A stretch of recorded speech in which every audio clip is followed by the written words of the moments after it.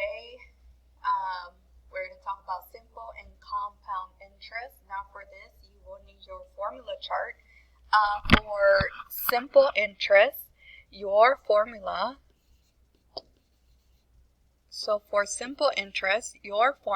is I equals PRT.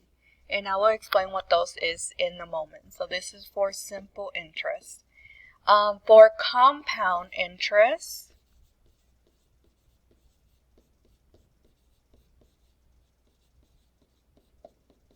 your formula is A equals P parentheses 1 plus R to the T power. And again, I will explain what all of that means. Alright, now we have all of these letters in here. Excuse me, we have all these letters in here. We have P, we have R, we have T, we have I, we have A. And like I said, I'm going to explain what each one of those is. Now, let me pull up something else so I can explain it to you. Now, I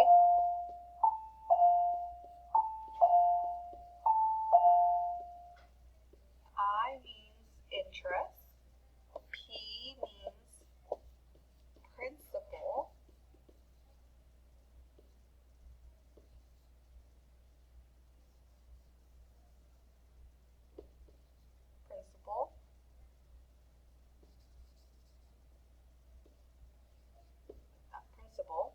R means rate, and T means time.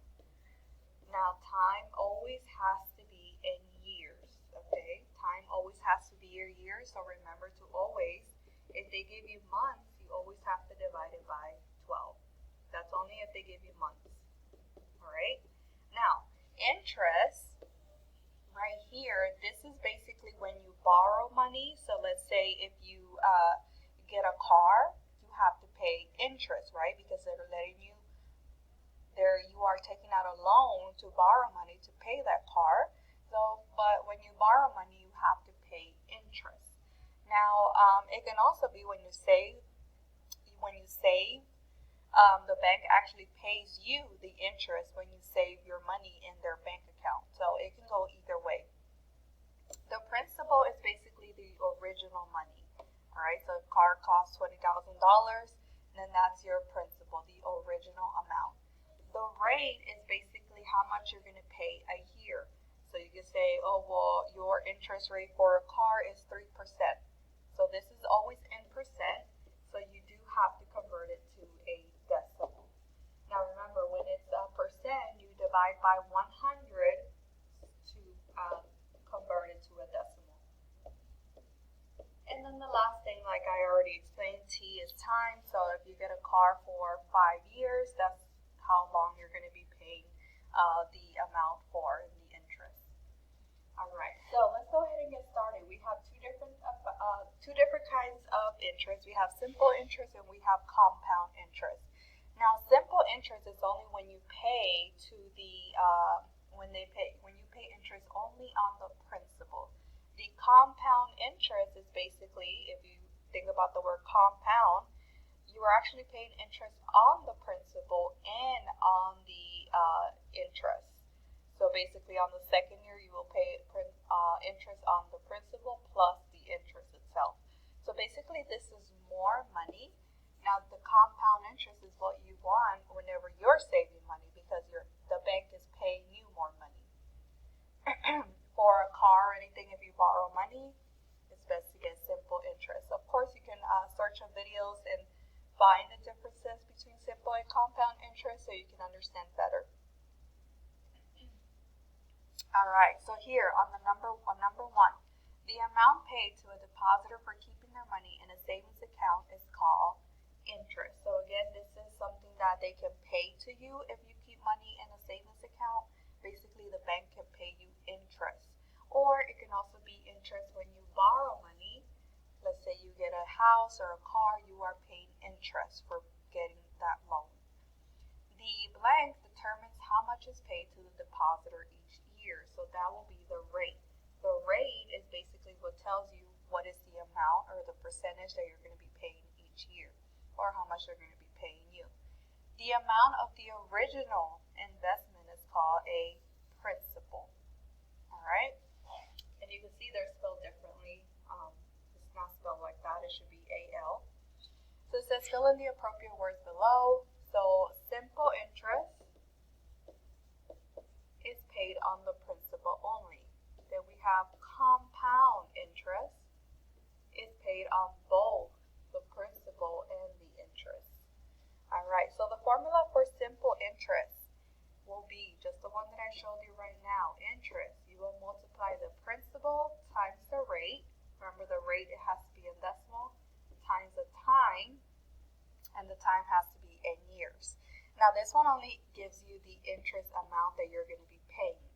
All right, this one only gives you the interest amount that you're going to be paying. Remember, when you borrow money, you pay the principal plus interest back. So in order for you to find that ending balance, to know how much you're going to pay at the end, you have to add the principal plus the interest to get your ending balance. All right. And right now I'm giving you this, but we are going to go over some examples. Now for compound interest, whenever you do the formula, it is already the ending balance. So whenever you do the formula for the compound, it already equals the ending balance. All right, so you have to be very careful to whenever they're asking you a question and they say, for example, if this is simple interest, what is the ending balance? You have to remember to add the principal plus the interest to find the ending balance. Now, if your question talks about compound and they say find the ending balance, well, you don't have to add anything. It already equals the ending balance. However, when whenever they give you the question and they say, well, find the interest that was paid, then you will have to subtract the ending balance minus the principal.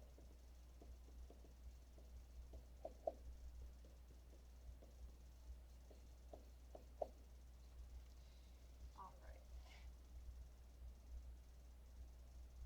So it says in the simple interest formula, I equals P times R times T. It says, what does P represent? So P represents principal.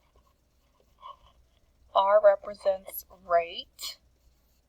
And T represents time. Rate, again, has to be in decimal form. And time has to be in years.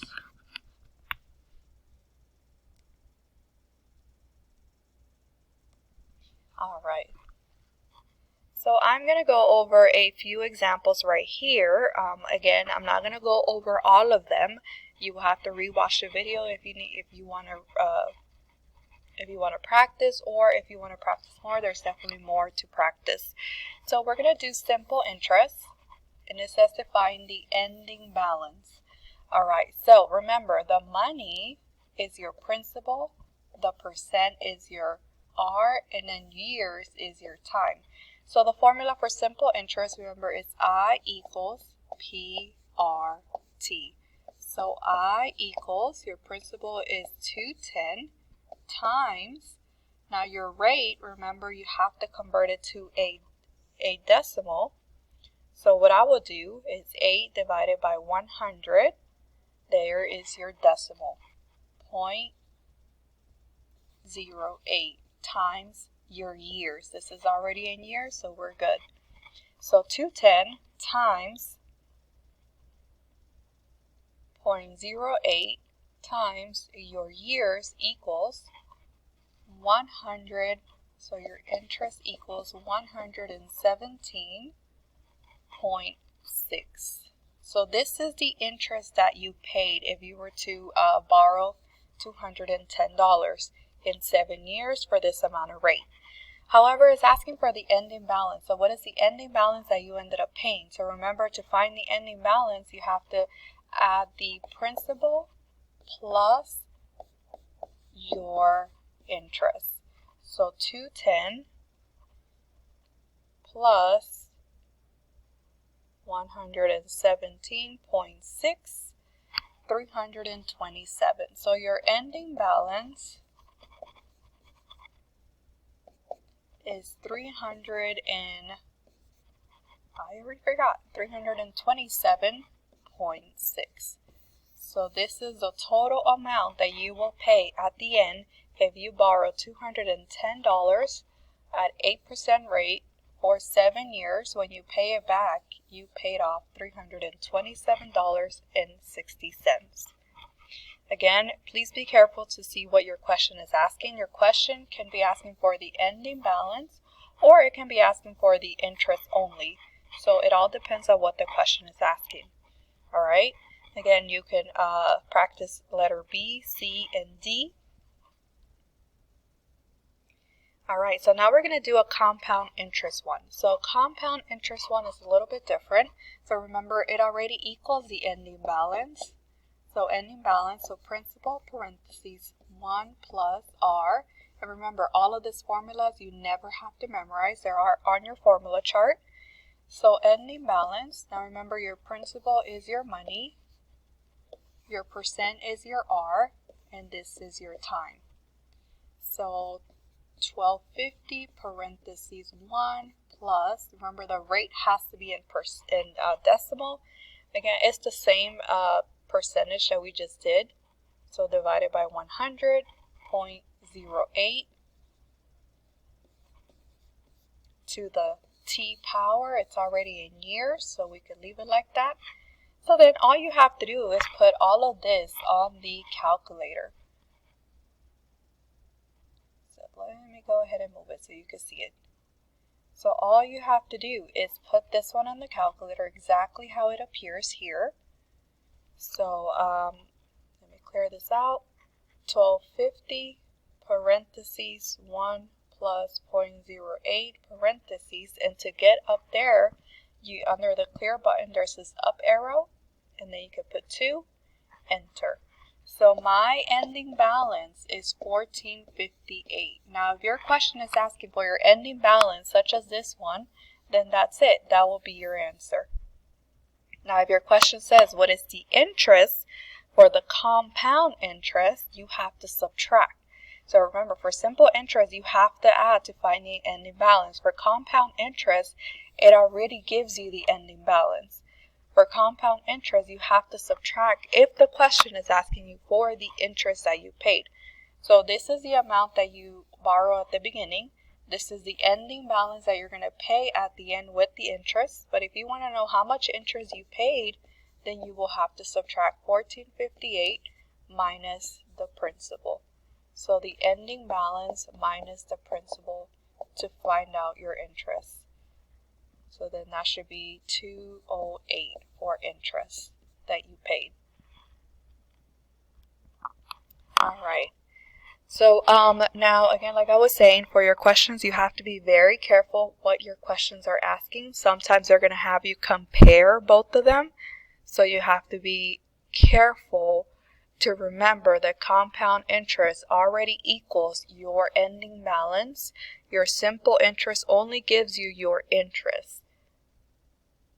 All right, so go ahead and practice the rest of these as well. We also have B, C, and D. And that is it for today, guys. Have a good day.